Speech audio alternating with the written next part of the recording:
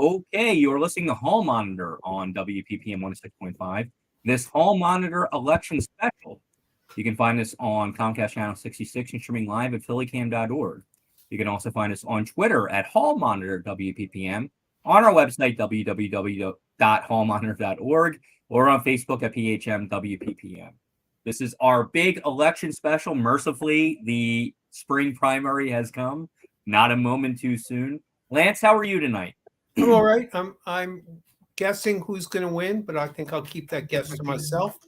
And just wondering not only who will win, but what the outcome of the different power sources in the city will be. And that's a great question, and something you and I have talked about on the air and off the air. You know what that really means. Can you give us just a little bit about what you're talking about, so people who maybe aren't familiar? So I think most people know who to vote for mayor. The question becomes who to vote for city council, and who to vote for what sometimes get called the row offices, the sheriff, the register of wills, and the city commissioners. And what we saw today is you and I traveled around and visited with campaign workers and people who are outside the polls soliciting votes, is that many of the different groupings of people had their own suggestions. And I'm going to call their suggestions a slate. So they're what the self-described Reclaim Philadelphia is a progressive group, and they are recommending 4 candidates at large. Even though you can vote for 5, they're recommending 4. There are a number of wards that have different recommendations for different at large candidates. And there are some people who are recommending that you vote against the incumbents for register of wills and vote against the incumbent for sheriff. And we also know that organized labor through the building trades have their own slate. And we know that some of the other unions have different endorsements. So what we're going to see, I think, as a result of these elections are a mayor's race that may or may not have a lot to do with the organizational strength of the different groupings. But I think whoever wins for mayor is going to have to work with the city council to get budgets passed, to get legislation passed. And I think that's where we're going to see the strength or the weakness of the various competing groupings inside the city. All right. And I'd like to bring in Denise Clay-Murray here on Hall Monitor. Hi, everybody. I am coming to you live from Helen Ginn's headquarters in downtown Philadelphia at the Sheridan. And the reason why it's so quiet in here is because the election night party hasn't formally started yet. The polls are still open, and they're waiting until 8 o'clock for the actual party to start. So we get a whole 2 hours before we're blasted out by campaign music. Well, and that's fine because we all know what happens when there's too much noise when we do these specials. So, Denise, what has your day been like so far today? What have you been doing? Well, I've been doing a lot of walking around and roaming around, seeing what's happening at the polling places, which unfortunately, when the committee of 70 predicted that it would be probably a 29% turnout, that's what it's starting to look like. There are some places where folks are not seeing a lot of turnout, and there's other places where folks are seeing next to no turnout. And that's kind of a shame because because when you compare it to the presidential election, where millions of Philadelphians came out to vote, the fact that we can't seem to generate that same kind of interest in the mayor's race for the person who's basically the president of the city is kind of sad. So it's interesting too, because in our Lance and I were out together this afternoon a little bit, and we saw a couple polling places that had a lot of people who were greeting you at the door for different candidates, and we saw a couple that had nobody there.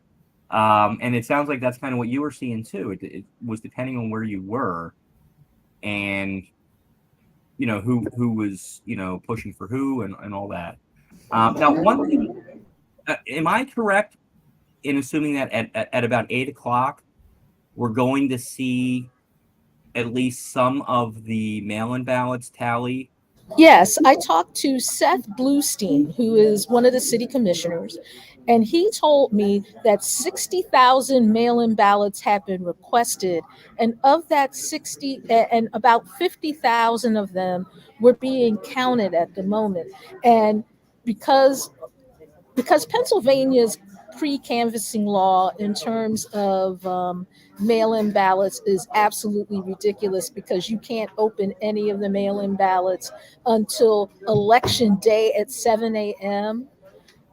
They're saying that Bluestein said that they will probably be the ones that they already had will be counted today. But the ones that are coming in tonight, you might not get them counted until tomorrow. And that's not unreasonable. You No, know, it's if not. But the thing is, it didn't have to be this way. right. If the state would just pass a pre-canvassing law, because there were several attempts made to do this, but what ended up happening was Tom Wolf vetoed a lot of these attempts because they included such things as voter ID and other things that he felt were unnecessary to address the topic of pre-canvassing. So because of that, he, vetoed the bills, which meant that we were still in a place where we were stuck counting the votes on election day, which is like really inconvenient when you're trying to get same day results. So it's going to be interesting is if in this current session of the legislature, if that gets addressed. Right. Right. And we also have with us Vincent Thompson of Thompson Media and Communications. Vincent, how are you tonight? I'm good, everybody. Can you hear me? I just want to make sure we have a good signal. Yep, we can hear you just fine. So, Vincent, what have you been doing today? Where have you been? Just traveling around. One of the few days that a guy like me has off, that we can actually go around and talk to people. I mean, I agree with Denise and everybody else. I mean, it's probably going to be a low turnout election, but I'm urging people who are watching. You still have an hour to go to the polls, so don't listen to us and say it's going to be a low turnout out and do what you're supposed to do. So go out and vote. You still have time. If you have a mail in ballot and you haven't submitted it yet, please do yourself a favor. Don't go to the post office. Don't put it in a mailbox. Go to one of the green drop boxes. They'll be open until 8 o'clock. You can find those on the Philadelphia City Commissioner's website, the locations form. And also, you know, I think, just a lot of people are waiting to happen today, right? They're going to just see what's going on. The mayor's race is the big race, but also you have council at large, the district council people, and also the lower ballot races too. So there's still a lot of important races to vote on today. But I probably think we're probably one of the highs is anywhere between 216,000 and 230,000, depending on the 200, 215 and the 219 primary. I think we might hit that number. We might probably 100,000 if you include the mail-in ballots and you also include in the at the polls. And like I said, this year I think it's going to be a little faster counting the results from the machines because remember in the past they had to come. The furthest area was the Northeast, and they had to go down to Delaware Avenue to count. Now, since everything up in the Northeast is probably going to be one of the first places to get polling results in. That we're going to have to worry about are places like Germantown, Chestnut Hill, South Philly, Southwest Philadelphia. So we'll probably, my guess would be we probably won't be able to announce a winner tonight, but we'll definitely be able to announce something by tomorrow. And I also want to point out that this is the first year that Philadelphia is using the tablets for people to vote. Other municipalities have been voting using tablet computers for a while now, but this is the first time that Philadelphia is going to be using it. So that may even speed up some things in terms of the results because it's easier to download them from a tablet than from the conventional voting machines that we've seen. and there might not be as much paper for people to look at. But I also would caution people to be patient because the workers at the polling places are used to paper, so many of them are not computer and or tech savvy. So these new polling books might it might be a learning curve. So probably by the second election or the third election, they'll get the hang of it. But this first one is going to take people a little time. So be patient if someone at your polling place is not sure how to work the electronic poll book yet. One of the surprises for me when I went to vote, now I am a registered independent, but I go to vote on the ballot questions, was how long it was taking people to make their selections in the ballot box. The tablets were a little strange and they kept asking me to make a better signature, which I didn't really know how to do with my finger. And I ended up just telling them, that's the best I can do. I failed finger painting in kindergarten. And they laughed and let me go. But it was a little weird. But I found that the number of people who had not pre-thought how they were going to cast their vote to be surprisingly high. I don't know what that's going to mean. The turnout itself where I vote was much lower than in the presidential election, and much lower than in other mayoral elections.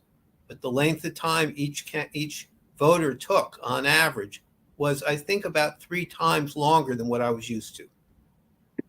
And, I think part of that too is because there's a larger ballot this time around. And, if you know who you want to vote for coming in, you have to find the person on the ballot. And if you don't know, I think it might even be worse. But let me ask you all a question about turnout. If turnout stays where we think it might be, between 29 and say 31%, something like that, does that benefit a specific candidate? And if we exceed that turnout by a couple percentage points, does that benefit any specific mayoral candidate?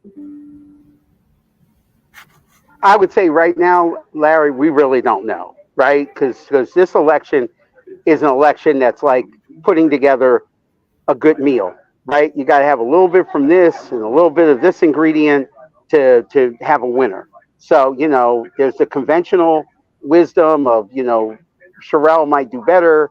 I think Sherrell Parker does better the more African Americans come out, right? And if you look at the recent numbers in some of the polls that show that she only had like 45% support, she needs more than that, right? In order to help her in other parts of the city where she might not be strong at. But I think with a race like this, and I think it's going to be very interesting. That's why I say, now I've always said that Helen Gim is going to be strong because her voters are loyal, right? And those loyal voters are going to find a way to vote. They're going to come out. Rain, sleet, snow, hail, they're going to find a way to come out. And that loyalty is going to mean a lot in a tight race. And you also have to consider the ground games of these candidates. The fact that turnout is low is going to make your ground game very, very important. And if you've been watching Hall Monitor, you've heard me say that to me the battle is between the teachers and the building trades.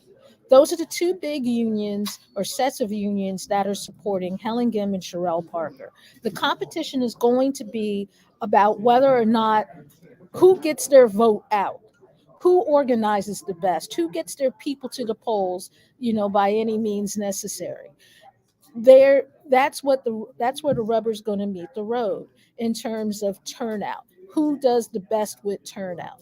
Especially in a low turnout election, getting your vote to the polls is the most important, and that means your ground game. So we'll start to find out whose ground game is best here. At my polling place, there are 3 divisions that vote in the same building, which gives kind of a good indication of what the turnout's going to be like. And sadly, there were more poll workers outside giving me literature than there were voters inside. And there was a number of different ballots. Larry and I traveled around during the mid part of the day to pick up different ballots. And it is somewhat confusing who gets on which ballots and who's getting cut from different ballots. And we did visit around University City, And then we went out to the kind of middle class African-American neighborhood below St. Joe's.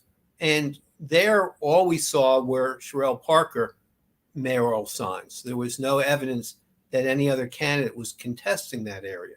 So that looked very promising for the former council member. But there was no one voting when we were there. And there were no poll workers when we were there. I think we have an interview with, no, the committee person there decided not to be interviewed. But he spoke with us a little bit, and he said he thought the vote was going to come out after work. And because that's such a pleasant, wonderful neighborhood, more than likely most of those people are working people and probably are going to vote either before they go to work or not, versus some of the other neighborhoods where maybe they have less structured work days, work at home, independent contractors, things like that, that may be voting during the day. But driving around and looking, it looked pretty much like the people who had no signs of any type in West Philadelphia or around University City was Ms. Reinhardt. Mr. Dom, we didn't see a single one of his signs, and Mr. Brown, although we did see his signs around his supermarkets. But it was pretty clearly the people who had people on the ground where we were visiting were former council members Gim and Parker. They had the most organization. They had the most people at the polls. We did bump into state representative, and he talked a little bit with us. One of his major complaints was how much paper was being given out. Kind of interesting take on a low turnout election, but we'll hear from him in a little bit. Now, I'd like to ask a little bit about enthusiasm. You know, I think voter enthusiasm is an important part of eventually who wins an election. So who came in with enthusiasm, and did you see that hold up today at the polling places you visited? Well, Vince and I were at South, which is where Dwight Evans, the former state rep, current Congressman Dwight Evans, has his annual election day party since it moved from Relish when Relish closed, and now it's at South. And if you looked at that, you would say that Sherelle Parker kind of has the edge of enthusiasm, but you also saw Reinhardt supporters and Rebecca Reinhardt herself. You saw Ginn supporters. You saw people who were supporting other people. I even got the chance to talk to Mayor Michael Nutter. I'll share with you a little bit about that later. He was there. There were lots of people there that were, not necessarily in accord about who they supported, even though it was a party that the laborers, the building trades co-sponsors. So, of course, it was more of a Sherelle Parker crowd.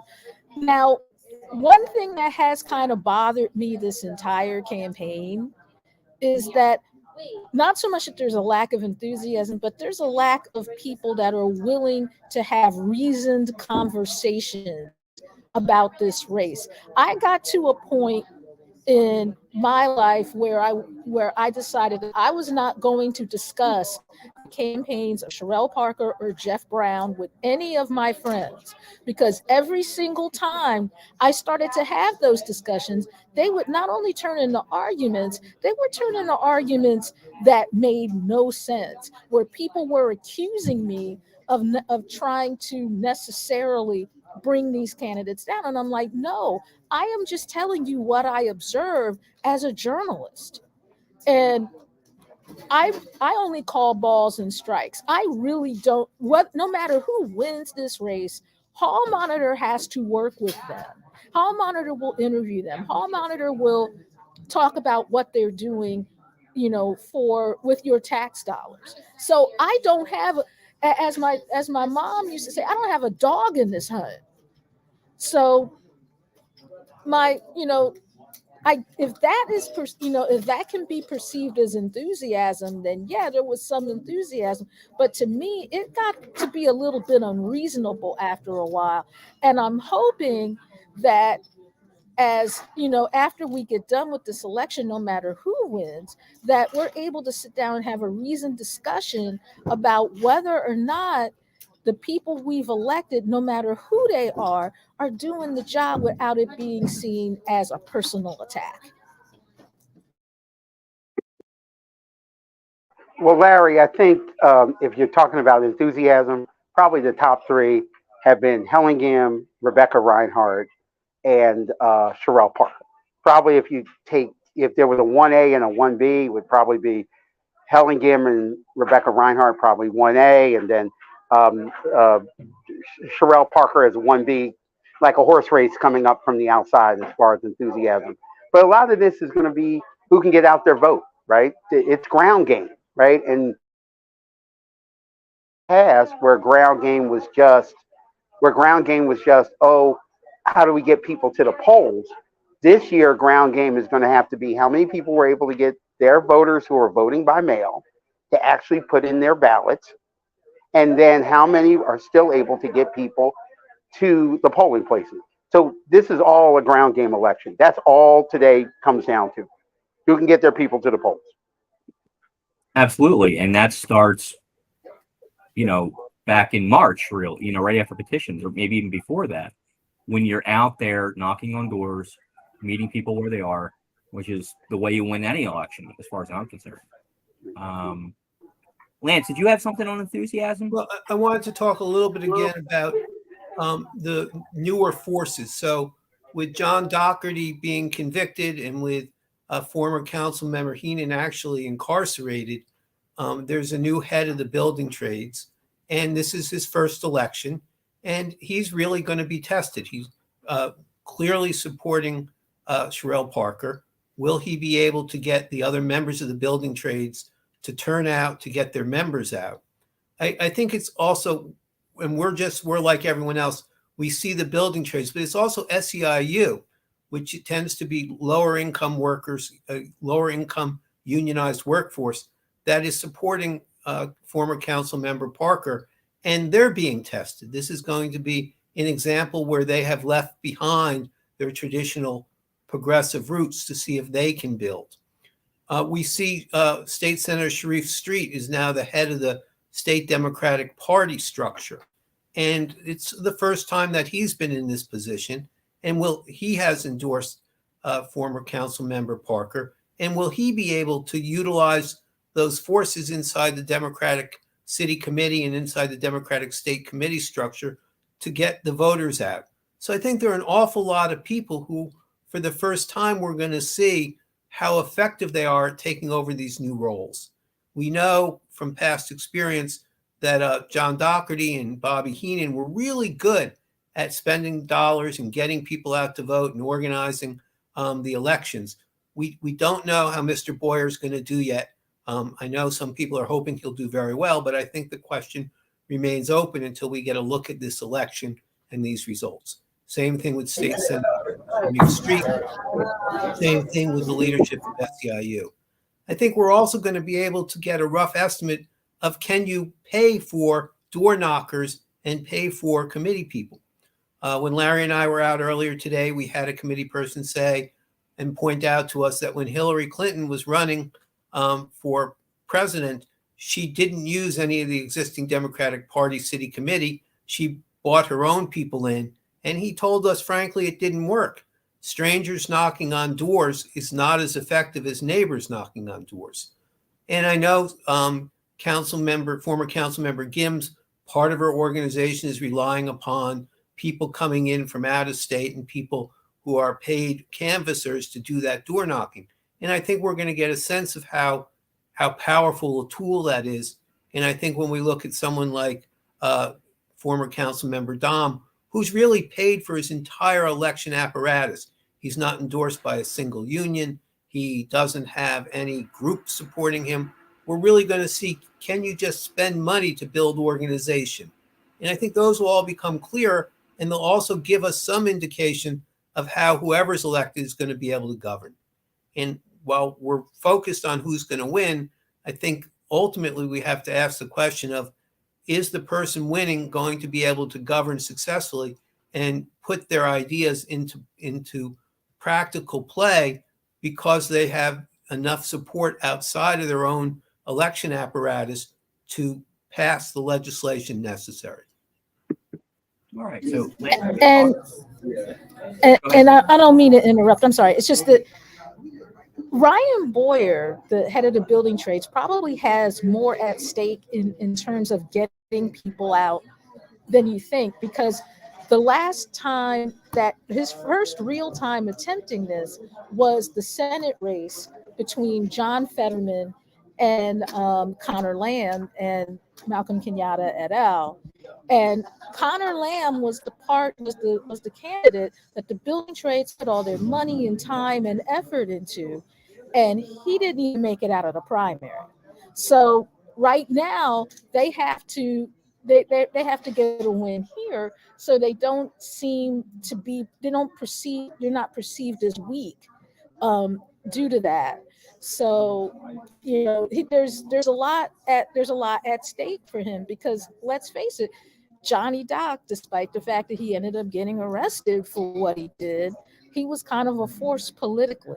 And it'll be interesting to see what happens with the building trades if they can't put Sherelle Parker into the big office at City Hall. So when Lance and I were out today, we spoke to a few people, and I think we have two different videos that sort of just chronicled our time out visiting polling places. So can we bring up Lance's edit, and we'll show that to you right now. Participating in democracy. How's the turnout been? It's pretty good. You happy with it? Yes, sir. What do you think's going to happen at the end of the day? Who do you think's going to win for mayor? I think Aaron Santamore is going to take it. For council, but for mayor. Do you have For mayor, It's too hard to tell. Huh? yeah, too Okay. little Here early. with Hall Monitor, with one of the great participants in American democracy, a poll worker. Oh, yeah. Who are you working for, sir? I work for Sherelle Parker, And a beautiful young lady. how's the election been going so far? Once again, we don't get the results of the polls like we used to in the beginning, but I've been handing out quite a few of the brochures, and I'm confident that those who took brochures from me are going to be used as a selection. And how's the turnout been? Turnout's been kind of slow. Slow. You think tonight I mostly? think after everybody gets off work, and if the weather changes a little bit, it may come out. Great. Appreciate your help. Thank you, sir. Yes, yeah, hi. I am Rick Krajewski. I am the state representative for the 188th District in the Pennsylvania House of Representatives. How's the election going? So far, it's been pretty good, depending on where we're at in the polling places, turnout has felt a little bit low, but, we say that every single year. So I'm expecting there to be some, more of a after work, later night crunch. But I'm just excited to be here, happy to talk to voters, happy to be in West Philadelphia, so. Great. Won't keep you away from your constituents. Any surprises? Surprised about how much literature is out here, man. We got to figure out a more sustainable way to do campaigning. I'll just say that. Thank you very much for your time. Absolutely. Thank you.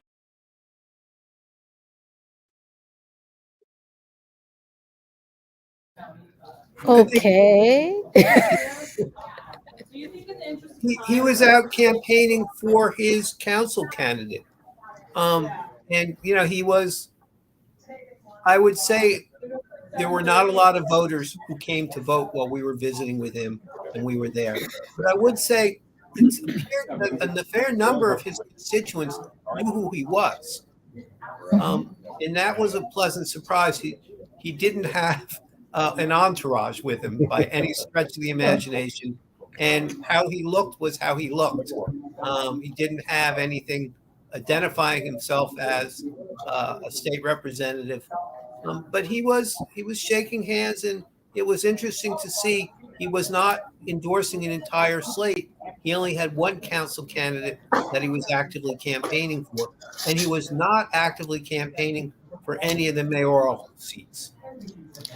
Now, what I found interesting about what he was saying is there's got to be a more sustainable way to campaign. And what people are starting to notice when you look at voting is that there is a way that you can attract older people, super voters, and stuff like that, and a way that you attract younger voters. While the younger voters may get on Twitter and, hang out there for weeks and weeks and do, all of their election all the election that they pay attention to is online.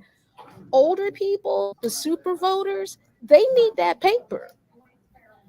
And, I don't know if the sustainable campaign that State Rep Krajewski wants is going to be possible with these older people, because they're not necessarily going to go online and read all the campaign literature. They want it in their hand so they can look at it.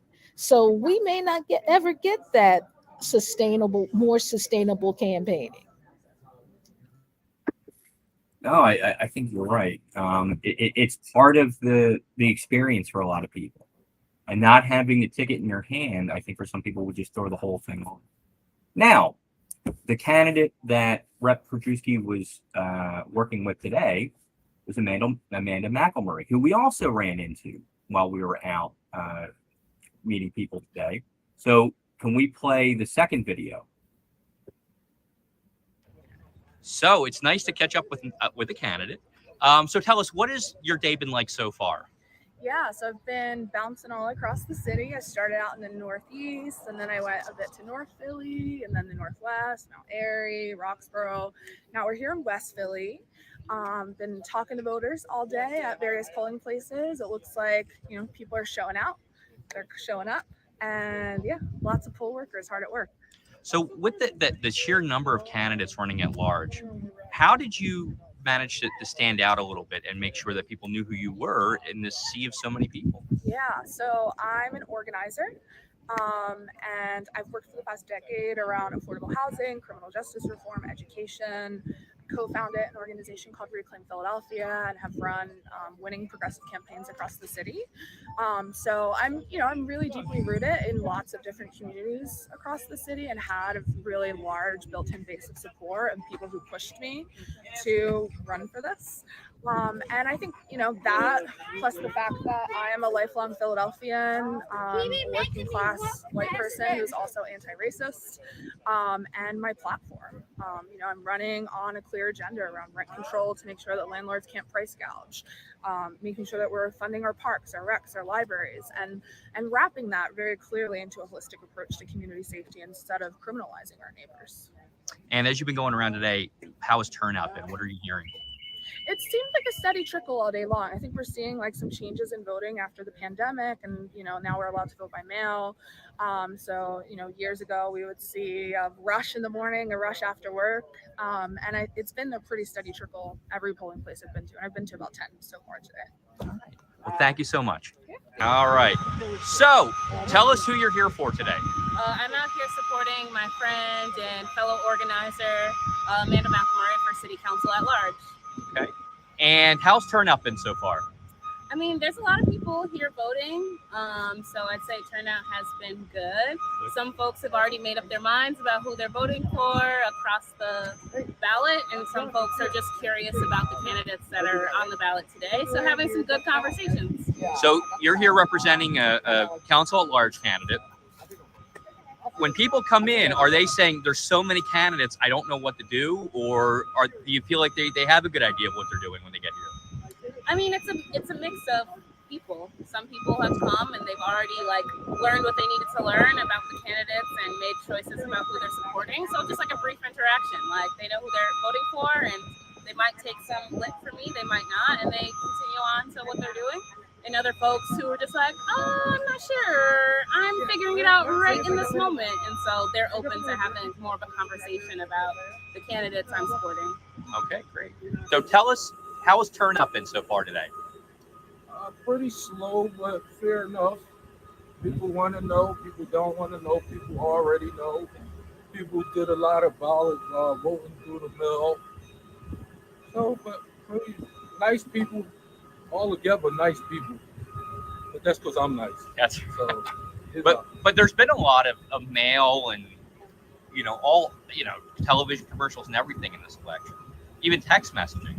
I get them, every night. So has that really influenced people and made what you do maybe a little easier, a little harder? For some, not for all. Again, some already know what they're here for, who they're here for. Again, I just learned about the guy I'm representing, and so much information on the back of the bag that I learned so much I didn't even know about him. Right. I mean, he grew up in the same neighborhoods I've been in all my life. So that's a good thing. All right. Thank you. Thank you. So I almost feel like depending where you were, you probably had a different experience if you were speaking to poll workers, right? Because in some places they were probably, and they had more people coming in other places not so much. It was kind of a mixed bag today, is what it seems like to me. So if we're predicting what, under 250,000 turnout when you put it all together, including the mail-in ballots, is that what we're thinking? That's probably fair. I can tell you as a person who's helped run campaigns, when the canvasser is just finding out about their candidate by reading the literature on the day that they're doing it, that means that they're just a lot of people right now are getting jobs, right? So this is an election where folks are getting jobs, where they're like, oh, I need you to hand out literature. You can get $100 for the day, $125 for the day, for being willing to be committed to democracy. But I don't think Abu Edwards is going to win when your staff is, when your people are just learning about you that day. But Abu has run a really good race. I will say that. And sometimes in Philadelphia you have to lose a race or two in order to win the seat that you want. And we've seen that with a lot of candidates. A lot of people have lost their first time, and some their second time, and came back and won a third time. I think Councilmember Isaiah Thomas won on his third attempt. You have former Councilmember David O, who's running for mayor now. I think he lost twice before he finally won. There's a long history for that. Now, my big question throughout this entire process, I thought turnout was going to be low. But why is it so low when we're on the cusp of so much change? You have, I would say, 4 legitimate mayoral candidates running for this office right now. There's multiple city council candidates, but the mayor's race is huge. Huge thing that everybody, I think, knows about. Why don't we see an uptick in an election like this when it's not an incumbent mayor and we're looking for the first new mayor in 8 years? Why isn't there that kind of enthusiasm? I think part of the answer to that is the slogans that all the candidates use. I'm for better schools. And I'd just like to contrast that with all the candidates who run on the platform, I'm for worse schools, or I'm going to make the city safe, as opposed to the candidates who say, I'm in favor of more crime. I want to make sure you get carjacked. I want to make sure your car gets stolen. So I think many of us have heard these slogans year after year after year. And year after year after year, the problems aren't solved. So I begin to wonder whether it just turns people off. If 12 years ago, the candidate running was the education candidate. When Mayor Kenny was running, he was the education candidate. And now we have a couple candidates who are going to be the education candidates. We have council members who say they're the education candidates. And our schools are in desperate need of help, in desperate need of adequate funding. And we need some very significant changes in how we are doing things. But when you year after year after year hear these promises and the results don't follow, I think it becomes very hard to believe the next candidate who stands up and says, I'm in favor of change. I'm in favor of a safe city. I'm in favor of a job for everyone. And I'm in favor of better schools. It's kind of like, I've heard that before, and it's now lost its meaning.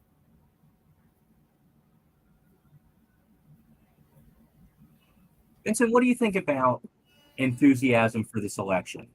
And why? Well, I hope you guys can hear me. Can you hear me? Yeah, we can hear you. Can you hear me? Let me kick it back to Larry, and I'll try to find a better location. So Denise and Marco. Marco Serino is Wow. with us. Marco, how are you tonight? I'm doing okay. We're here in the Steam Ballroom at the Sheraton, waiting for results to start coming in. We were trying to figure out how we were going to do this earlier in the day, and Denise has her set up, and I'm just like, all right, let me just come over, say hi. How's everyone doing? How's everyone's election day?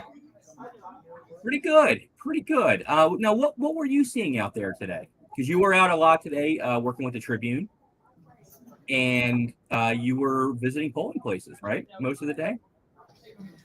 Yeah, I've been mostly staying around here around Spring Garden. Went to South, saw Denise.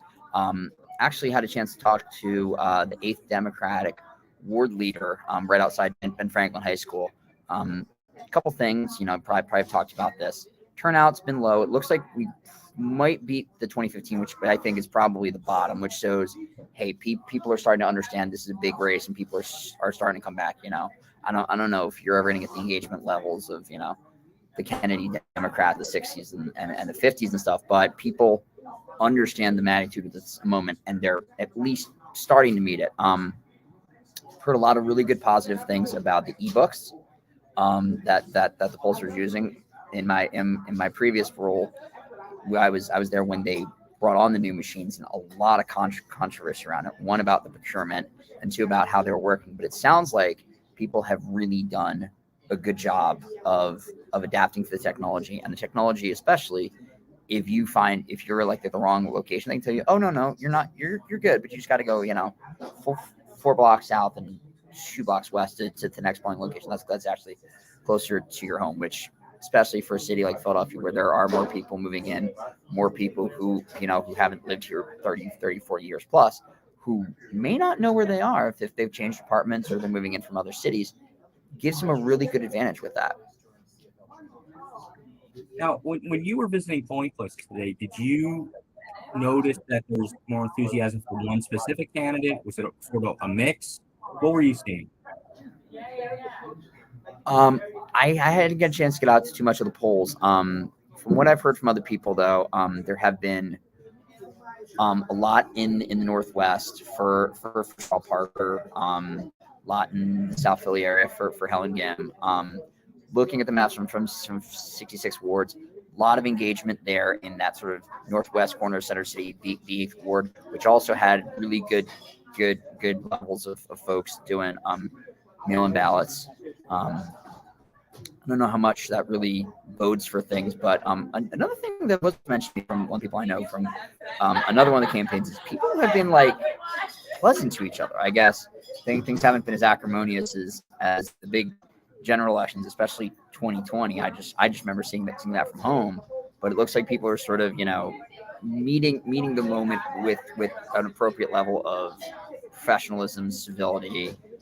Haven't been a lot of issues of fights breaking out or people getting too much in the partisan or tribal stuff, but it has been acrimonious on social media, but it looks like people have managed to actually be decent to each other in person, which is sometimes what we can ask for.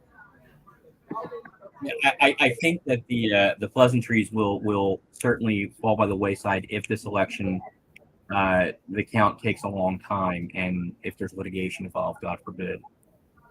Vincent, why don't we see more people interested in coming out for an election like this, where it's a transformational election? New mayor after 8 years, and potential for new council members. Why don't we see more enthusiasm for this election? I will say this, and I say it every time I come on the show. One of the great things about a democracy is people can come out and vote. One of the worst things about a democracy is people can decide to stay home, right? And in elections, people have any number of reasons to stay home. It's not like Philadelphians aren't registered to vote, right? If we have 1.5 million people, probably 1 million registered voters are in the city. The overwhelming majority of them are Democrat. If you're not registered to vote, that number is probably like 200,000, because we might have 200,000 people under the age of 18 to birth, right? So it's not like people aren't registered to vote, but you got to excite people to come. And I can tell you, if I was a candidate and $31 million has been spent on this race, right? Either from the candidates, the super PACs, $31 million. If you can't get people interested in a race and you spent $31 million, I don't know if there's much more that the city commissioners or anybody else can do. And I've always said, mayor's elections, city council elections should be sexy elections, but they're not, right? We get psyched on the hype races, the presidential races, which you see on television every day, the U.S. Senate races. They have a high turnout. So I know at times when we say, oh, well, we're not going to have a high turnout for this thing or that thing. In those races in the city, when they come up, we could have 50% voter turnout, right? But then when we have a mayor's race or a race that deals with judges, it goes down to 20%. And I've always said the people who are going to be mayor, the people who are going to be city council members at large, the people who are going to be elected as judges today are probably going to have a greater impact on your day-to-day life than a U.S. senator. So I would say these are races that people should focus in on. And, if I could figure out that golden rule, I'd be a multimillionaire, guys. So let's assume we hit the 250,000 voter mark. $31 million spent to get those 250,000 voters. It would be about $124 a vote per campaign per candidate. I mean, is that a good investment? Did that go well? It sounds like for Vincent, as far as you're concerned, that is not a great bargain for these candidates. Well, it's a great bargain if you win, right? If you win the race, you don't care how much you spend on it. But I'm at my wit's end to figure out what candidates need to do more to get people out. I think it might be important to get focus groups of people. Like campaigns need to kind of say, why didn't you come out? Maybe cities need to do focus group with citizens on like, why don't you come out? Why, when we have these initiatives, how's the best way to get information to you? What do we need to do? Sometimes I think we need to maybe take a self-assessment ourselves and say, what are we not doing right in order to get people out? It's funny that you bring this up because my morning actually started with having a conversation with a Jehovah's Witness. Now, there is no, insert joke here because I'm sure there is one, but I was talking to a Jehovah's Witness about voting. I asked, because I'm sitting there, I'm eating coffee, I'm drinking coffee, I'm eating a Danish, and, I'm making small talk. And I said, so have you voted yet? And she went into this dissertation on why people shouldn't vote because it's not meant for men to be in control of other men, and that God should be in control of all, and in the end he should get the final decision and all of that. But my response to that was, I don't know about you, but I would kind of like to have a say in how the people in my community are treated by other people. And that sort of thing. And my vote is where I do that. Yeah, that sort of thinking is why the British lost the colonists. So, and the thing is, you have a lot of people who have that, who are under this impression that it doesn't matter if you vote, it doesn't matter who you vote for, nothing's going to change, everything is going to stay exactly the same. The rich get richer, the poor get poorer, all of that. I think that what will probably motivate voters to actually get out and vote next time is if the people who take the time to vote today actually get what they wanted from the people that they elect. If you keep a campaign promise, you have a better chance of people actually coming out and voting for you again, because they're like, hey, this person, the campaign promise. And that's important to a lot of people, especially in a city like Philadelphia, where there are certain things that have never changed, like the city's poverty rate. Hey, Larry, The one thing I would be curious to see, and if people are watching us today, if you want to put comments in the Facebook page, I'd be curious to find out why you voted today. And also, if you didn't vote or you're leery of voting, why don't you vote? Like, do you think that things aren't going to change? Do you not see anything? Because I sometimes think, and I've said this because I work in government, I believe that government has a major role to play in society. You're absolutely right. We should pick up the trash. We should fill your potholes. We should deal with poverty. But I sometimes think that the public thinks that government can do everything. And sometimes we're not realistic with citizens as to what local government can do and what they can't do. And I think sometimes people have an unreasonable expectation that local government can fix every problem. I'll give you a good example with gun violence. If you look at the actual statistics, the number of people that have been murdered this year has gone down. The number of people who have been shot has gone down. But the perception is reality, right? If you perceive it, you believe that crime is just rampant. If you look at television news, you think it's rampant everywhere, and every block that you walk on, you're going to get shot. And I sometimes think that people don't realize that we didn't get to this problem overnight, and we're not going to end it overnight. And while government has a major role to play, certain things we're not going to end until citizens of Philadelphia come together. And, you know, I think government wants to work with people, but people got to have some skin in the game. So I think I would love to see there be a more realistic expectation by citizens of what they expect from government. And government should also explain what we can as well. That might be controversial, but that's my feeling. So I'd like Agree, and I think. Sorry. I'd like to second what Denise and Vince are saying, that people want the elected officials to follow through.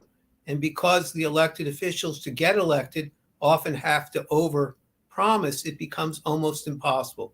As Vince said, some of the problems we face as a city, as a people, are very, very difficult and entrenched.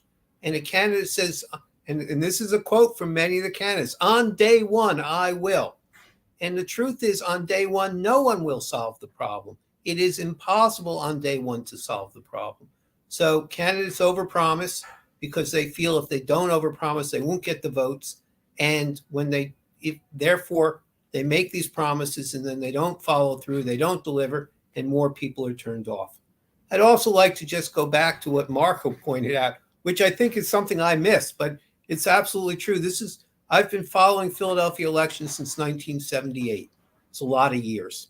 I think this is the first election in my memory where no one went to court to have a paper ballot or a flyer taken out of the hands of someone.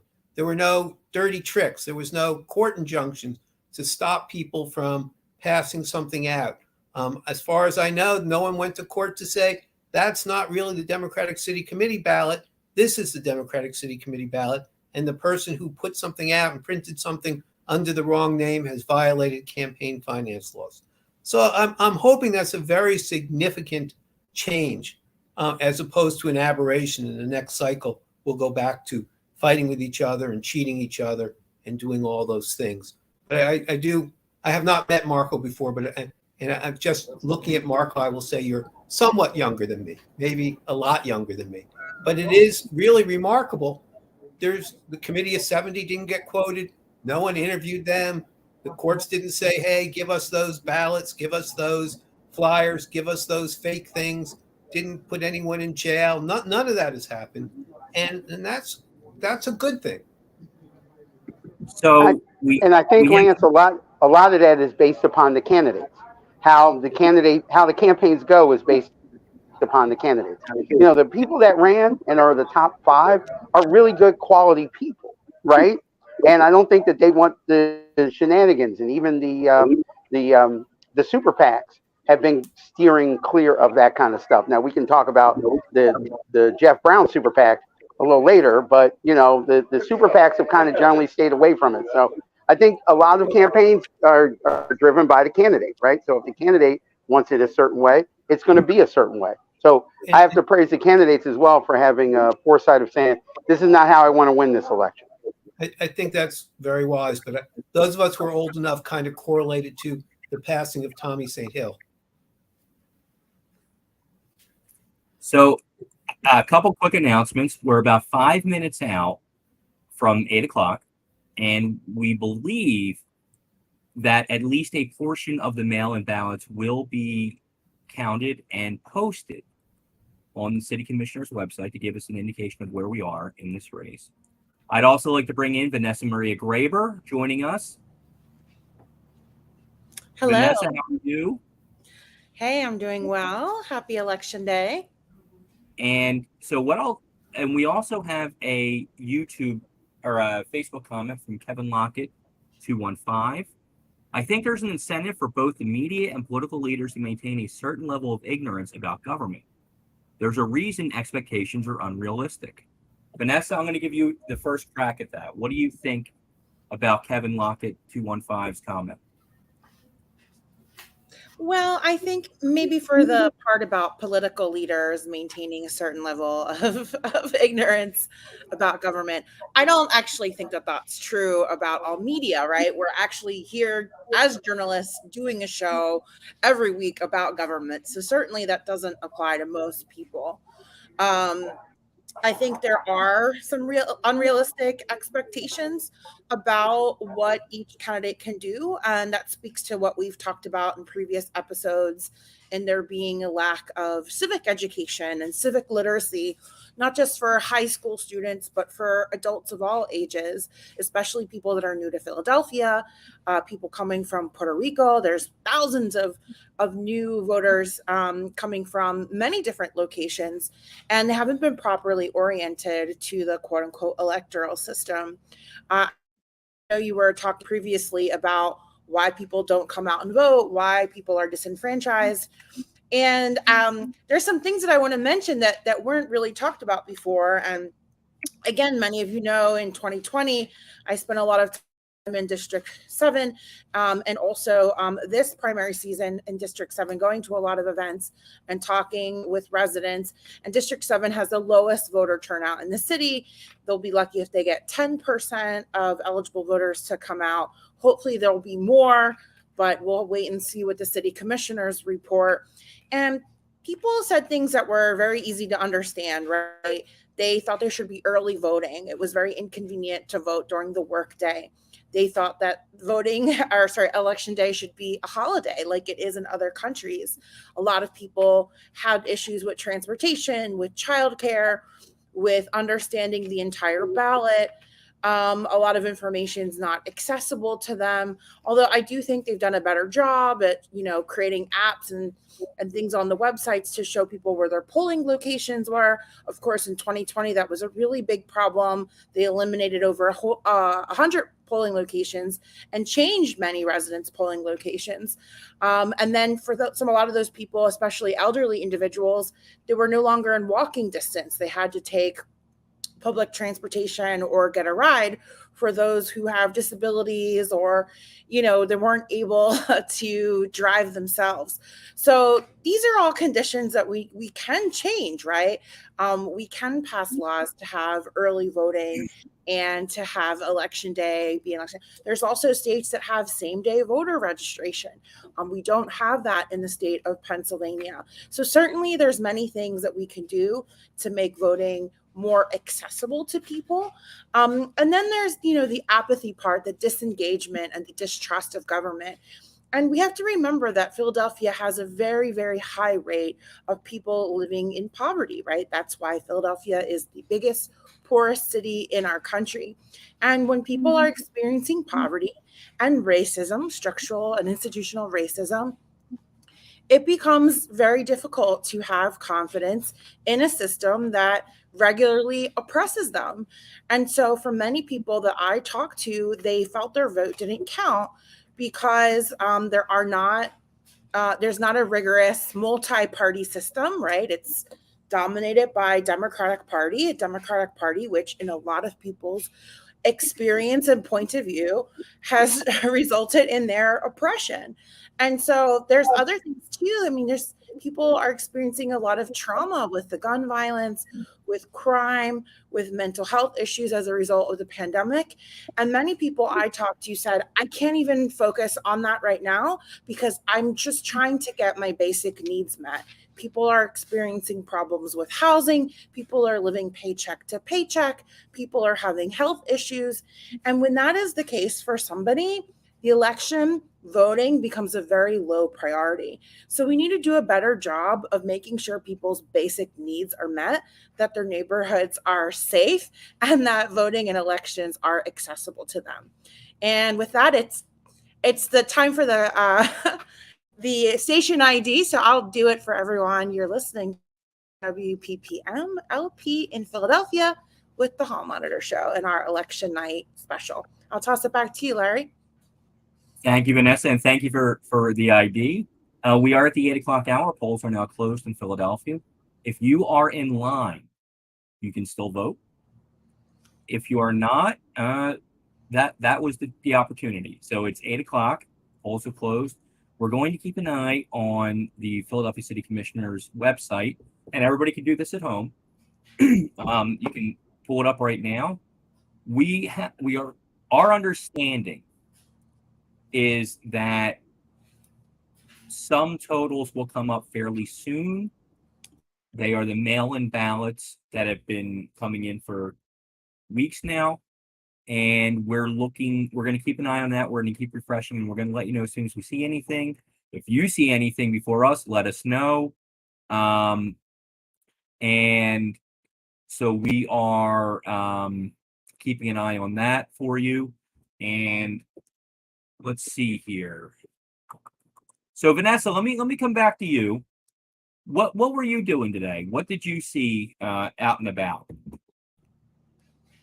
I spent a lot of time talking to journalists. I was reading Twitter. Of course, I live in New Jersey, so I was not out at the polls in Philadelphia, although I have several friends that are working the polls, so I checked in with them. And it's pretty congruent with what some other folks were saying, small bursts in the morning and at lunchtime, but overall pretty slow, very low voter turnout. Many of them were hoping that there would be a larger influx of people during the rush hour. I also was following Twitter to see if there was any election drama. And in District 7, I was following Carlos Nogueras, who writes for Al Dia, who's been covering the election. And he reported that the police and the DA's office election task force was on site at the 17th Division in the 19th Ward following a scuffle between competing campaigns outside polling premises. The judge of election told him that she called the authorities as soon as she learned of the situation. I talked to another poll worker affiliated with that same site who confirmed that detail and said that their volunteer was very alarmed about what was happening. But then Carlos went on to report to say that the task force said that there's no reason to believe voting was disrupted inside, and that they were just reminding people to keep it civil. So things got a little heated between campaign volunteers, probably outside as they were giving out literature. And then also in the 19th Ward, in the 10th Division, Carlos reported that there was a machine that was faulty that needed to be replaced. But then when they replaced it, the staff had taken the memory card with them, so they couldn't use it. And so they had to get by using one machine.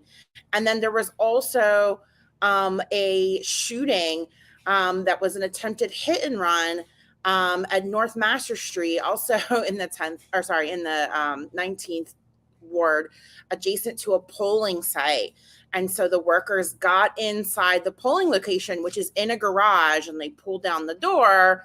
And so, of course, a judge of elections has to investigate. That's why you have a judge of elections.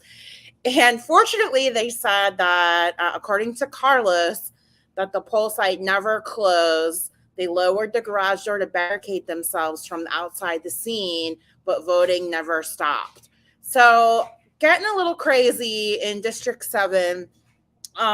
I scanned social media to see if there was any other things that happened that was about it. And so hopefully everyone is okay in all of those situations. And one voting machine, that's bleak. So it'll probably be a longer line in that district, but looks like the volunteers are still holding it down.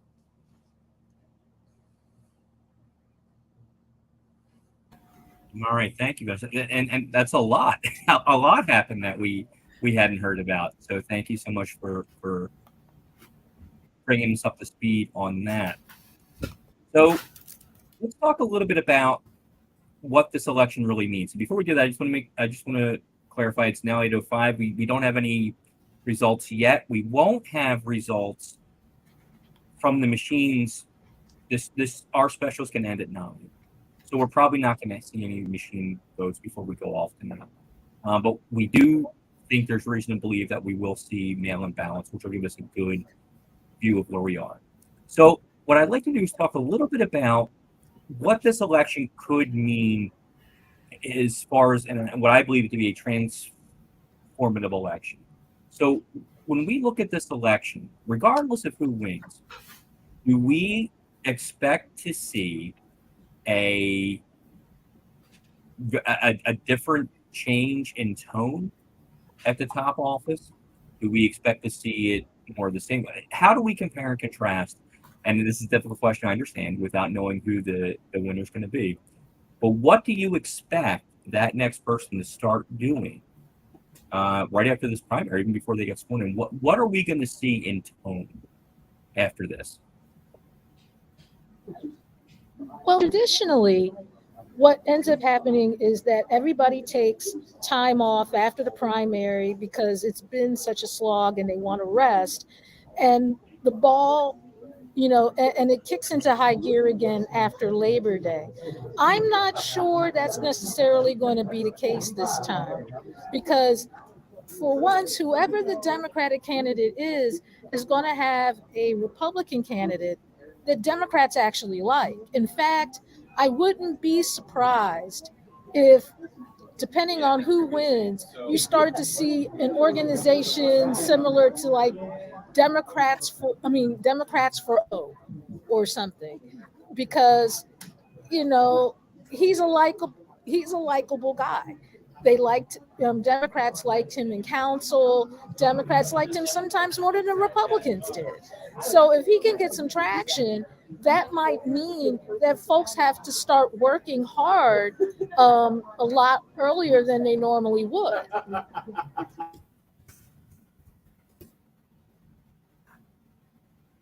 I think you have a good point there, Denise. But we we're going to see what happens, and I think these next couple of weeks will be interesting too. What that person sort of, how they explain themselves, what they want to start doing immediately. Now we have some more video from Lance from earlier today when we were going around the polling place. Lance, what do we have here? Well, before we show it, I have an apology to make to the people we videoed today.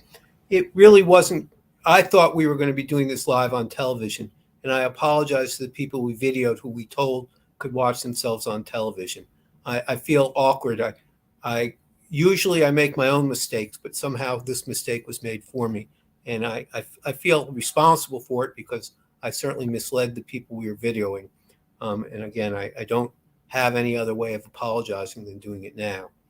Well, that is true. Now, I don't mean to cut you off, Lance, but we have results. That's more important than my apology. And we will get right back to that. So right now, based on the mail-in ballots, that's what I'm assuming this is. Rebecca Reinhart in first place with 27.3% of the vote. Sherelle Parker in second place with 27.1% of the vote. Alan Dom in third place with 16.4% of the vote. Ellen Gim in fourth place with 15.8% of the vote. Jeff Brown in fifth place with 11.4% of the vote. And then the rest scattered about 2%. This is about, that's 27,000. I think this might be just about 50,000 votes. The webpage is saying 56,394, 5% of the vote. Yep. There we go. So that is our first indication of where we are in this race with actual votes. I'd be interested to hear what other people think, but looking at these numbers, I'd have to say this is phenomenal news for Sherelle Parker. Yes. I would not have guessed that she would be so close to leading from the mail-in ballots. Again, I lived in her district for many, many years, and it's not the type of neighborhood that traditionally does mail-in ballots. But I'm interested if other people agree. I think that mail-in ballots skew older, right? It's for people that, you know, are not going to be able to go on election day. And I think that Sherelle Parker's base is older. And so this makes perfect sense to me. I feel that there's a lot of younger people that are part of Helen Gim's base that most likely went to the polls and voted in person.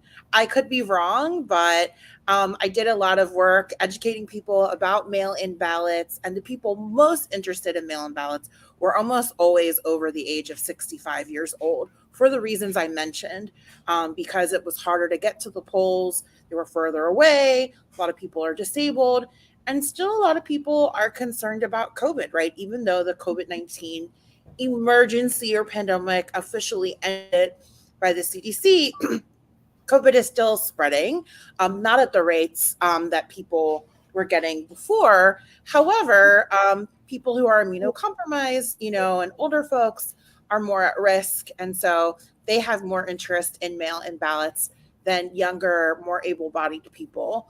And so I can't explain Rebecca Reinhardt's lead. I'm not as familiar with who her base comprises. She seems to have a mixed group of people, but definitely Helen Gim, as you saw over the weekend at her big rally with Bernie Sanders and Alexandria Ocasio-Cortez, you know, filled Franklin Hall with many of the people being under the age of 35. So this could change once we start getting more of the precincts reporting for the in-person voting. Okay. So that is our first glimpse of where this election is right now. That probably is our number of mail-in ballots, I would think. And I got on the web page, it matches perfectly. Okay. So the rest of my video is just pictures of the different slates. And as we start to get a sense of who's winning, I think we'll start to see the importance of those slates. To talk about your question, Larry, what will this mean?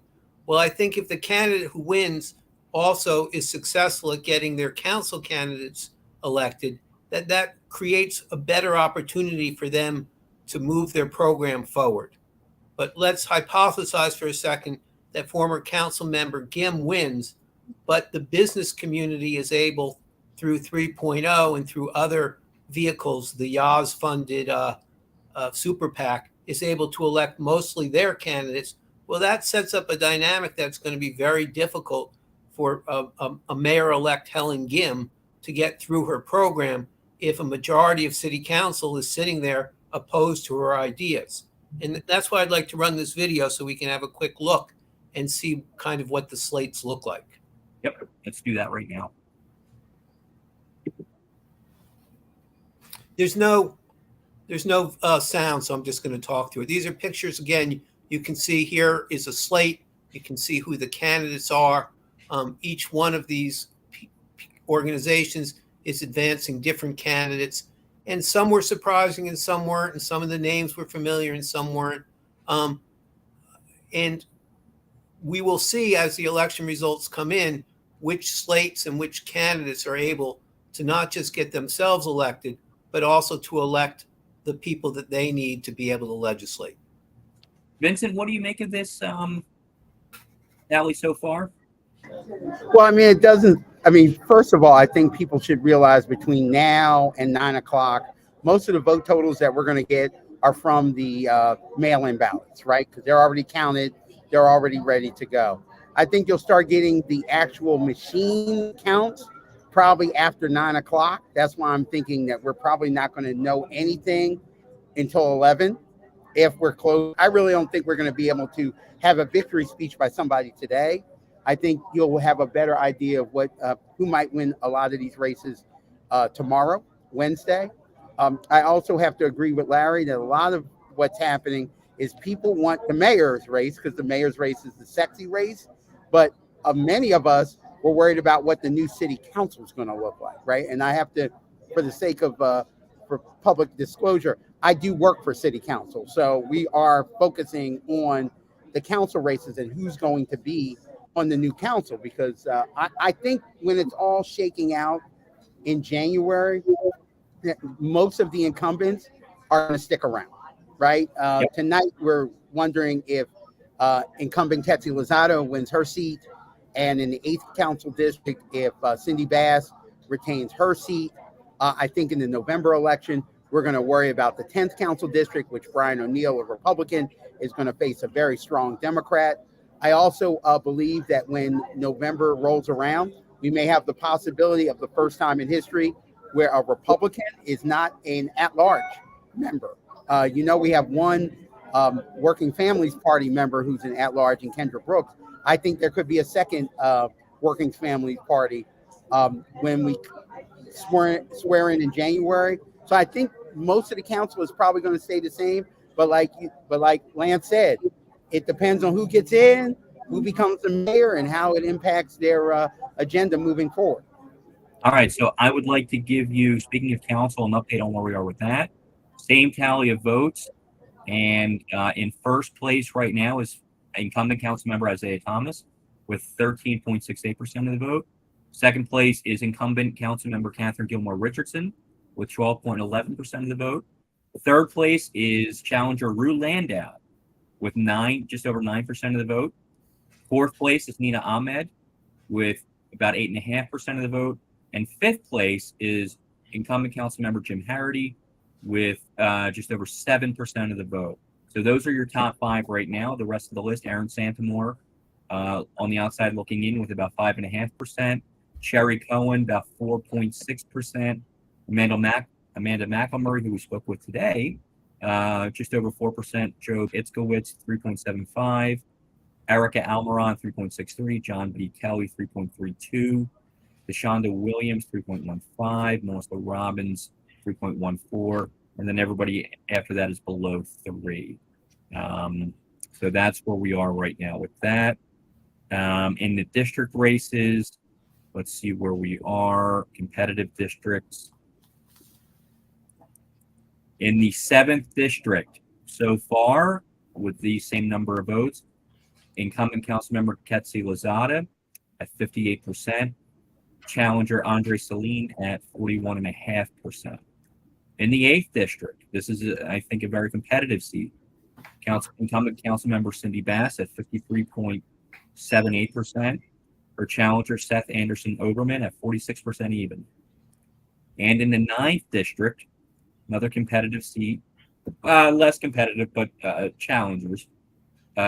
Incumbent councilmember Anthony Phillips has just over 60% of the vote. Yvette Young, 26, almost 27%, and James Williams about 12.5%. So that's where we are with city council right now. Can you have a quick look at the 5th district and see if there are any write-ins?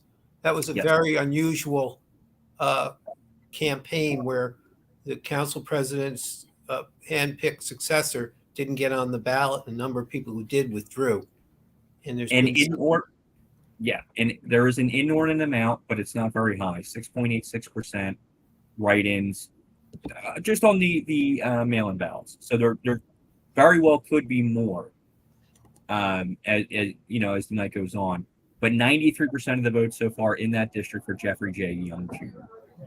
So Larry, just to look at what you were saying, I would say, just my guess, and it's a little too early, if Ketsi Lozado keeps 58% in the 7th district till like 9-10 o'clock, she wins re-election, because I can't see something dramatically happening on the machines in the actual polling places. In the 8th district, if Cindy Bass stays at 53.78%, it'll be close to her. It'll be a competitive race for her, but she'll be able to squeak it out. And Anthony Phillips, I really thought he never had any He had Right. competition, but I don't think he ever had a really serious challenger. So we could be seeing, most of the people that we expected in the districts to remain.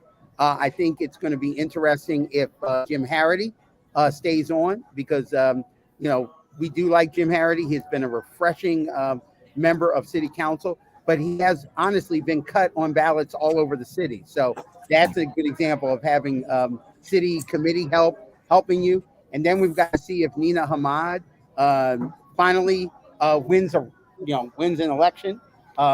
She's run for city council before. She's run for statewide office. Yeah, I think we ought to just continue to acknowledge that she's self-funded, and maybe we should say if she's finally successfully bought a seat somewhere. Okay, I will leave that to you, sir.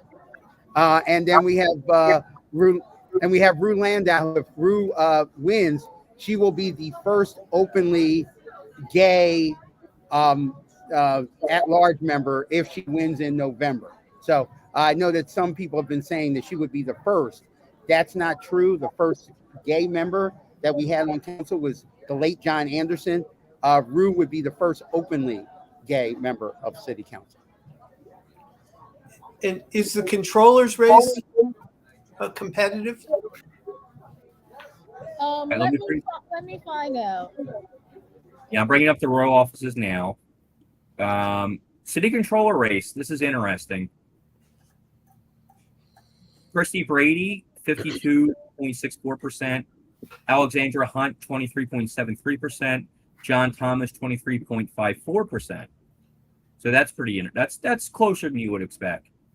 And when I say closer, what I mean is a lower number for Brady than what I would have expected. Now here's one that's interesting. Register of Wills, John Sabatina, challenger, in the lead with 40.65%.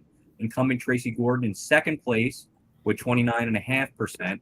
Elizabeth Hall Lowe, 17.69%, and Ray K. Hall, 12, just over 12%.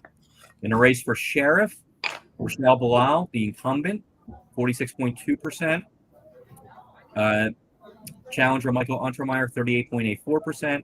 Jackie L. Miles, challenger, 14.57%. That race, I think, is still pretty close, and a lot could happen there. Larry, I think people, if I was recommending to viewers out there seeing the updates tonight, I think the John Sabatina, Tracy Gordon Register of Wills race is probably going to be the one that if there is an upset, that might be it. Tracy Gordon was not endorsed by the Democratic Party. John Sabatina was. And Sabatina was on every ballot darn near everywhere in the city. So I think if there's one possible upset tonight, that could be it. I think it would also show the strength of the Democratic City Committee as well. Yes, that's true. Did Reclaim and the other self-described progressive forces support which candidate? I'm not sure. Did they even take a position in that race? Does anybody know? You know what? I'm going to excuse myself for a second and go get their flyer. Okay. Let's see here. Yeah, I am looking at the Reclaim voter guide, and for Register of Wills, they nominated or they recommended Tracy Gordon. They didn't make recommendations on any of the other row seats. They do have, of course, mayoral endorsements, city council, and judges and ballot questions. But the only row seat where they had an endorsement was for Tracy Gordon, which is probably why you see it being so competitive in that race for Register of Wills. Okay. Any surprises with any of these or the council races? Anything that stands out or that we look at and say, oh, we didn't see that one coming? I am really surprised about Sherelle Bilal being reelected to the sheriff's seat. Of course, that office has been rife with scandal. And even just within the week, Ernest Owens, a journalist for Philly Mag, published a story about multiple staff members from her office being interviewed by the FBI which indicates there might be some investigation underway. Of course, the Inquirer has reported on different inconsistencies and problems with her office when it comes to the increases in salaries and the way money's been spent and allocated, questionable hiring. And so the other thing with the sheriff's office is many people in Philly believe that it should be abolished, that it shouldn't be something that's part of city government. It should be some kind of independent office or merge with the courts or somewhere else in city government. And so she had so much negative press in the last couple of months. I really didn't think that she would have a lead like this, but she leads the challengers, Michael Untermeyer and Jackie Miles. She's has right now 46.2% of the vote. Michael Untermeyer following her at 38.84%, and Jackie Miles pretty far away with only 14.57%. But I really did think that negative press would damage her campaign. But looks like she is plowing forward and so far has the majority of these mail-in ballots. And what I would say about that, too, is some of these mail-in ballots could have been from a while ago. So what we might see tonight could be very different from what these mail-in ballots are telling us right now. There's one... But I think, Larry, if I can, one of the things I think that hurts Michael Untermeyer in this race is you have to be out in the community a lot. You can't just say, I'm going to run against you and nobody knows who you are. The sheriff, Rochelle Bilal, is very active in the community, especially in the African-American community, doing things for her office. A lot of people don't know who Michael Untermeyer is until the last 6 months. And if it's somebody who you've seen in your neighborhood, on your block, compared to somebody who you've seen just during election time, you might go for the sheriff. So I think this is my gut. I think that probably the sheriff is going to pull it out. All right, so I want to just mention something that's a little bit of a surprise to me. I'm looking at the ballot questions, and where we are with that right now, ballot question number 1, 2, and 4 are, as of right now, passing. Number 3 is not. And number 3 is the civil service carve-out for Citizens Police Oversight Commission. I don't think this is a particularly controversial bill in any way, shape, or form. But it's failing right now. And usually you don't see ballot questions fail. It's rare for that to happen. So that's something we're going to have to keep an eye on. And I really don't know why. I don't know what the reason for that would be. So that would be strange. I will say this, Larry, if any ballot question fails, it's strange. But for that to fail and not the one that would have a public safety officer not fail would just show you how crazy elections can be in Philadelphia. Public safety officers passing with almost 62% right now. Ballot question number 2, which I believe was that's the workforce solutions within the Commerce Department. That is passing with 66% of the vote. And question number 1 about the rainy day fund is passing with almost 72%. So that's pretty interesting. Usually you don't see the ballot questions fail. So I'll be interested to see what happens with that. So I just wanted to follow up on the conversation. Reclaim does not endorse any candidate for Register of Wills, but on the flyer from Amanda McMully, I'm sorry, I'm mispronouncing her name, and this is paid for by her campaign, paid for by Amanda for Philly. She, and I guess the people around her, have been endorsing Tracy Gordon. So I think the decision by the voters and by the Democratic City Committee to not back the incumbent kind of shows the strength of the Democratic City Committee and so the weakness of some of the progressive forces. But we'll have to wait to see the rest of the election. And again, for what it's worth, candidate Parker did not support the Democratic endorsed controller candidate on her flyer, again paid for by people for Parker. she endorsed John Thomas. And for sheriff, she didn't endorse the incumbent. She endorsed Jackie L. Miles. And I think that's part of the problem with the sheriff's race is that there's more than one competitor. And there's going to be the anti-incumbent vote will be split. I just want to clarify that I am on the Reclaim Philly website and I'm reading their voter guide, and it has their endorsements, and it does in fact list Tracy Gordon as Register of Wills as a recommended candidate for Reclaim Philadelphia. So that is on their website and that is up to date. So I just wanted to clarify that factual information. Right. Thank you. All I had is what they're handing out at the polls. But, again, as we weigh the different competing factors and where those votes are going to come from, it's just something to keep in mind for whoever wins to try and figure out how to build the coalition that's going to allow them to govern.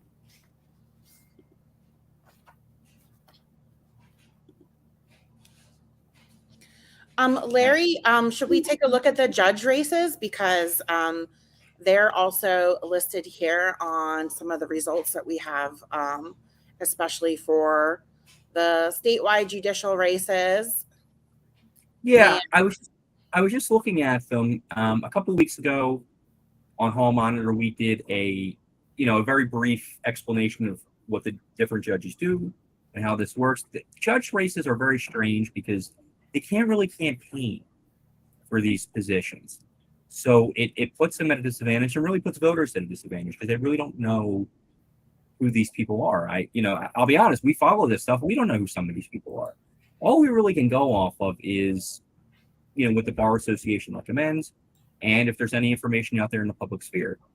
So for Court of Common Pleas, there are 10 vacancies or 10 opportunities for candidates to be elected. And looking at it here, Natasha Taylor Smith is in first place, Tamika Washington in second place, KU in third place, Samantha Williams in fourth, John Padova in fifth, Chesley Lightsey in fifth, Damaris Garcia in sixth, Brian McLaughlin in seventh, Wade Albert 8, Will Braverman 9, Jessica Brown 10. So as of right now, those would be your 10 candidates or your 10 primary winners for Court of Common Pleas. There are about 4 or 5 more candidates after them.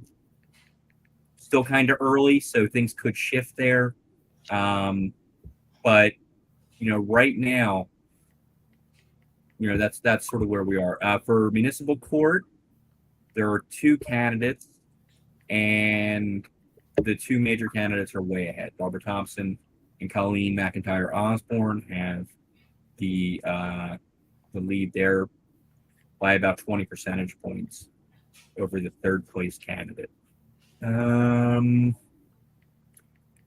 So that's where we are right there. I don't have the statewide numbers in front of me. Let me see if I can find them. Oh, here they are. So statewide, Daniel McCaffrey is way ahead and this is just Philadelphia statewide, not everything from the state. He has 86%, almost 87% of the vote. For court, Superior Court, there are 2 candidates. It's Tamika Lane and Pat Dugan. They are 1 and 2, with Jill Beck coming in third with 16.8% of the vote. So Lane has 49.18. Dugan has 33, almost 34%. Commonwealth Court, 1 candidate, Matt Wolf, has 90% of the vote so far. So that's where we are at the state level. So based on what we knew about that, and I don't see any real surprises there. I don't know if anybody else does or has an opinion on that. Sounds like they don't. I saw Cafferty signs everywhere. I didn't see a lot of judge campaign literature. As you said, they don't actually campaign, but you see the lawn signs and the signs in people's windows.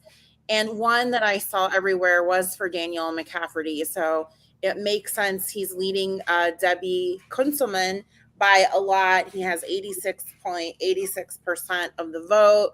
So it looks like he probably will win that contest. And then with some of the other ones, there are very clear winners like Matt Wolf, leading by 90% over Brian Neft. So he's another one where I saw a lot of signs for him. Now, this Superior Court race has 3 challengers. It's still spread out. The leader is Tamika Lane. But, we'll have to wait and see. I haven't seen endorsements for any of these folks. So that one might be those folks might be less familiar. Those are statewide races. So they might be folks from other parts of the state. But Danielle McCafferty, certainly in Philadelphia, lots of support, at least with the signs and many endorsements I saw on the sample ballots from the different organizations endorsing him as well. Larry, I think for a lot of the statewide candidates that are running for judges, if they're from the Philadelphia area, they really need Philadelphia, Bucks, Chester, Montgomery, and Delaware County to come up huge for them. If those counties come up huge for them, then they'll be able to do well across the state.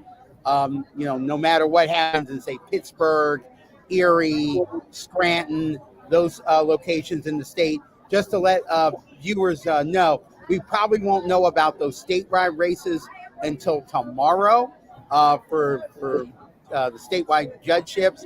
So don't expect a winner tonight. More likely tomorrow, because you do have to get voter totals from 67 counties. Larry, if you could, one of the things I'm very interested in is the at-large race on the Republican side. I know we focused in on the Democratic side. So if you could find out what the vote totals are on the Republican side, that will be interesting, because I want viewers to understand that the top 5 Democrats and the top 5 Republicans will run in the November general election. This year, they will also be challenged by several incumbents, at least one, most likely 2, from the Working Families Party. And that would be Kendra Brooks, who's trying to get a second term as an at-large member, and Nicholas O'Rourke, who would be coming on for the Working Families Party too. So, as we talk about other things, Larry, if you could find out those numbers, I'd be curious about that. Well, Larry has a quick look. I've been looking through some of the from the mail-in ballots, the ward and division breakdowns, and in the 1st and 2nd ward, it's pretty clear that the former controller Rebecca Reinhardt and former councilwoman Gim are splitting those votes. Yep. And then when you get into the 3rd ward, which is distinctly different constituency, it's really bizarrely out in West Philly, but there you see former council member Parker getting in some divisions over 50% of the vote.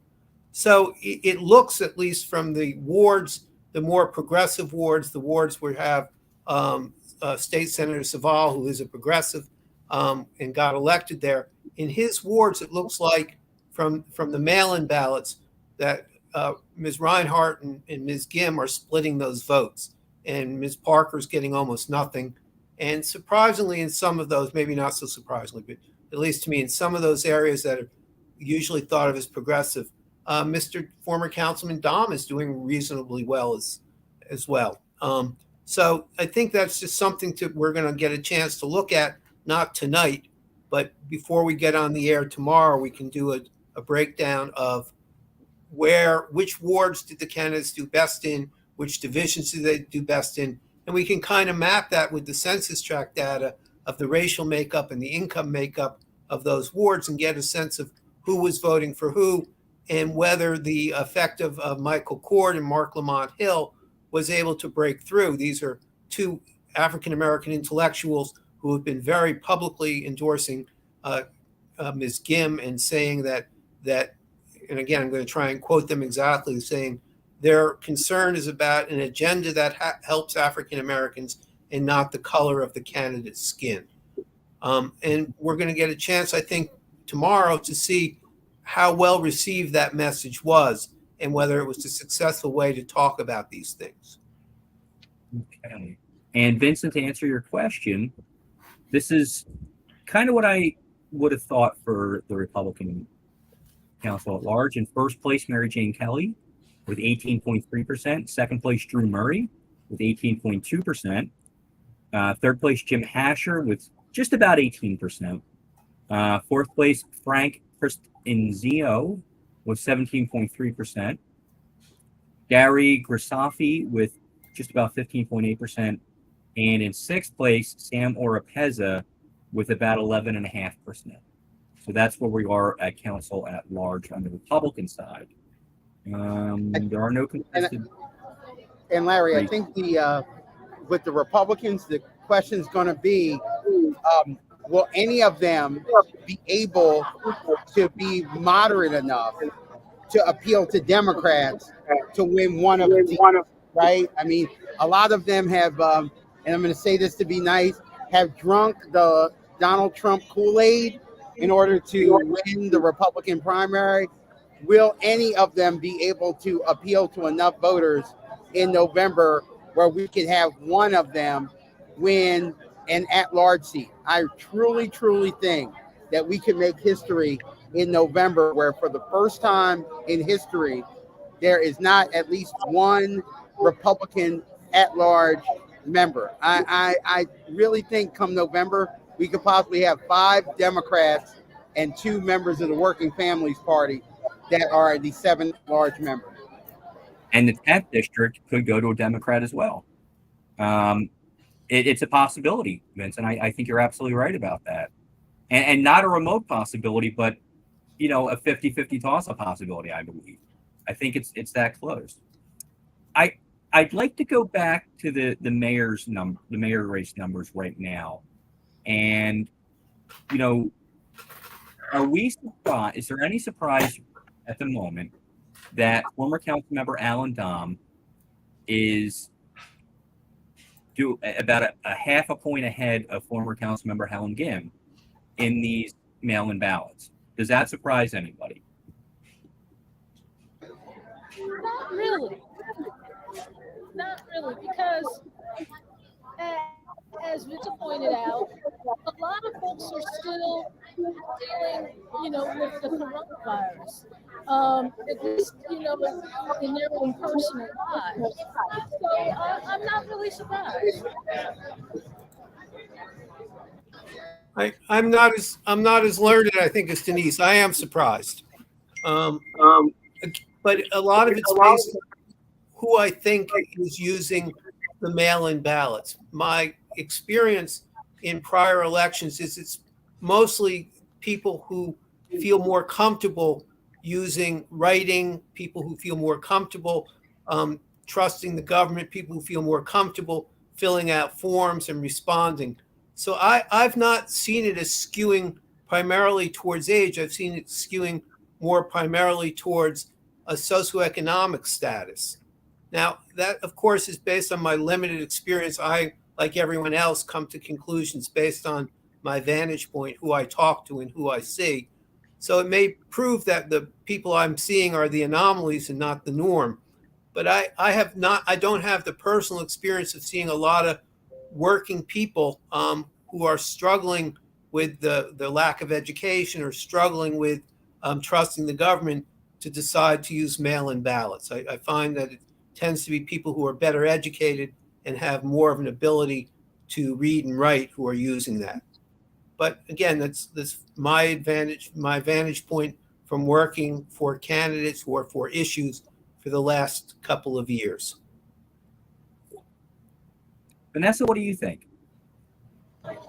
Alan Dom doing pretty well in the mail-in ballots. Well, again, if Center City is his base and older business class, then makes sense. Again, they're more likely to fill out mail-in ballots.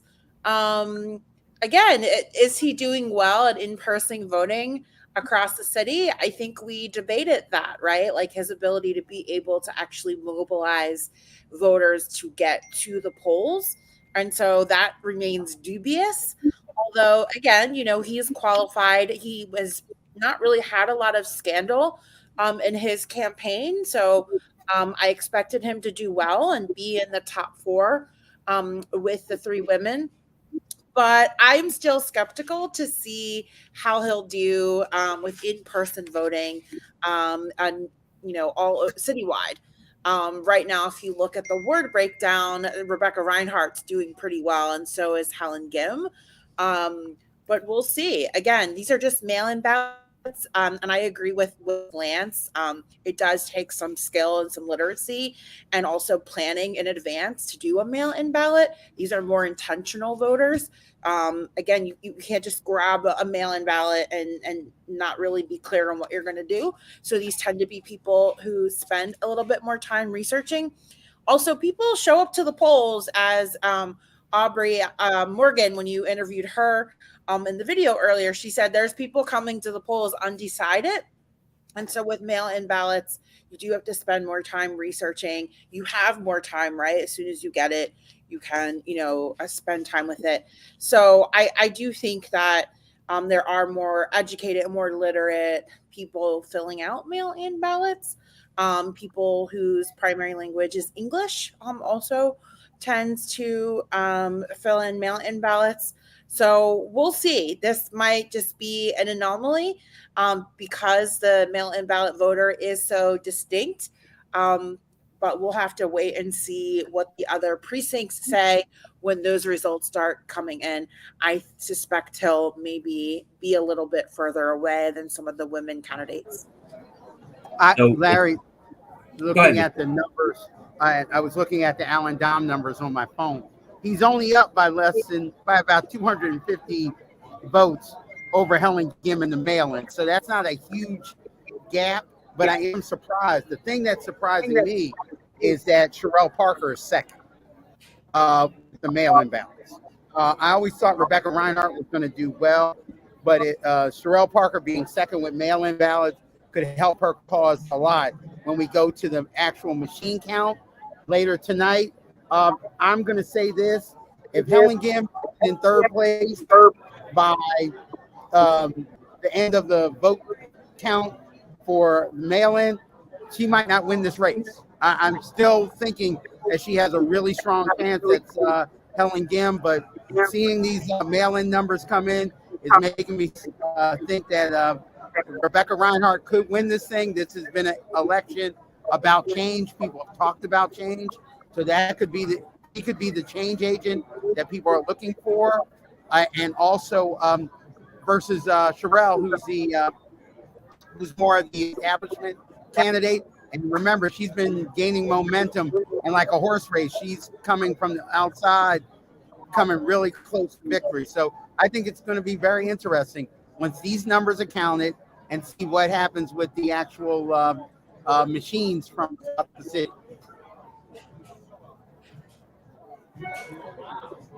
So we're at 8:48. We're about 12 minutes to 9 right now, and there are no other numbers in yet. We're still just looking at the same set of numbers that came in around 8 o'clock. Maybe we could get Vince to think about the council president race and what all this would mean for whoever the elected mayor is to have a partner as a council president. I think most of our viewers know that the current council president, Darrell Clark, is retiring. I will opine on that, but I am going to say publicly that the gentleman that I work for, Councilman Kenyatta Johnson, is one of the people considering a run for council. So I'm not going to say council president. So I'm not going to say too much. Well, let me try and make it easier for you. Would you agree that the mayor, if the mayor has a partner in the council president, that makes putting the agenda forward and getting it enacted a lot easier? Oh, absolutely. That I can agree. No matter who is the council president, if there is a working relationship with the mayor, it does make it easier to achieve. And we have seen working relationships. The John Street, Ed Rendell partnership, the Michael Nutter council president role, not so much. Michael Nutter did get most of the things that he wanted approved by council, but a couple of the big ones he never got passed, like the selling, I believe, of the gas works. He never got that passed through. But I agree with you. Right. Right. So I agree that having a working relationship with the council president is going to be critical. But I also think this new council is going to be different, right? They're going to want, it's not just going to be a strong form of council presidency. They're going to want certain things, and you're going to have a council president that can work with the 17 members. And everybody has an ego, right? All of us do. And every member has things that they want to achieve. So it's going to be interesting, whoever takes it over in January. All right. So we only have about 10 minutes left. So why don't we go around the room and everyone give me, what you're thinking about, what your final thoughts are. Vanessa, let me start with you. So this election has been very much about crime, public safety, and education. When we talked to voters, this was the number one issue. The polls surveys that were conducted, it also reflected that. And so whoever becomes the mayor, and let me clarify that this is just a primary. So whoever wins the primary is not the mayor. We still have a general election in November where they will have to face off against the Republican candidate and any independents that pop up. But so whoever wins the mayoral race is going to shape policy around crime and public safety. The question is, will they take a tough on crime approach like Joe Biden and the crime bill? We saw how well that turned out. Or will they take a more progressive, holistic approach, investing in education and affordable housing and good paying jobs, etc.? This is also very much an election about an establishment Democratic Party that very much wants to maintain power and control and business as usual with their incumbents. Or, is this going to be a win for the progressive base of the party? It's very much generational. I think we'll see that in the exit polls that younger voters and people who identify as LGBT, Gen Z, are going to be leaning more progressive. So we'll see how many of them actually make it to the polls and have impact. We saw in the midterm elections that younger voters very much had impact in these very close races. We'll see if that materializes in the Democratic parties or if that's more significant when Democrats are in a close race against Republicans. And so I am anxiously awaiting, like the rest of the voters, to see how this will pan out. And I agree with everything that's been said. The makeup of city council is going to determine whether or not the mayor actually gets to enact their agenda. They all have to work together at the end of the day. And so this is another plea for voters in this upcoming general election to get educated, get registered, and definitely take some time to figure out a plan to vote. It's so important, and it really does affect our everyday lives. Local elections matter more than most. All right. Vincent, let me come to you next. Big takeaway from today so far? Well, I think the big takeaway for me is, the changing of the city, right? The city is going, more progressive, electing leaders like Larry Krasner twice. Is that progressive wing going to elect the mayor? And then if they elect the mayor, right, say it's Helen Gam or Rebecca Reinhardt, how is that mayor going to deal with a council that's going to be more progressive than we've seen? Because think about it, we could have a situation come January where we could have the 9 of the 10 districts being incumbents. The 10th district, Brian O'Neill could be a Democrat for the first time in history for like 40 years. And then we could have 5 Democrats, at least 2 of them new for at-large. And we could have for the first time an at-large member, 2 of the minority members being from the Working Families Party. So it's going to be a unique city council. We have a unique mayor. And I think you're starting to see that divide between the old establishment Democratic Party hanging on and progressive saying this is our city, we want to have more of a role. So I think that's what I'm taking away from this election. All right, Lance Haver. I'm interested to see a few things. First, with the support of Michael Cord and Mark Lamont Hill, thinking about we may be entering a new era of Philadelphia politics when the most important issue isn't the skin color, but the agenda. And so that would kind of mean that we've reached a natural end of mostly identity politics. I'm not sure we're there yet as a people, but there is at least the hope that we have gotten to a point where we're concerned about what the policies are as much as we're concerned about the identity of the person.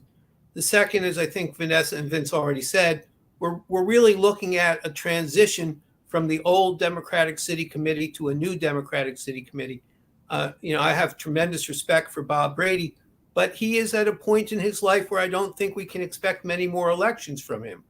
And when you look at the age of the average ward leader from the traditional Democratic City Committee, I think you could safely say the same thing. So now we have this change in power dynamics, and it's not clear what's going to happen. And as I said earlier, I think there are a few races where we're going to see the strength of the existing Democratic City Committee and the leadership of Senator Sharif Street versus the reclaim support. And, the row offices are the easiest way to have a look at that. And then second would be the council candidates.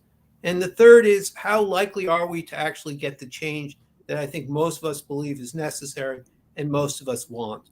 And if we have allowed big money like the Oz money to control who gets elected to council, even if we elect a progressive mayor, we've set up a dynamic that's going to be very difficult to get those progressive ideas passed and put into effect. All right, Denise?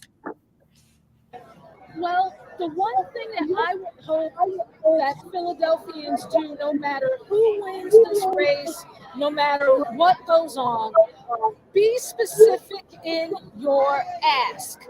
Because crime was the main subject that was discussed, and that was all anybody really wanted to talk about. The possibility for a lot of what I call do something legislation is, there.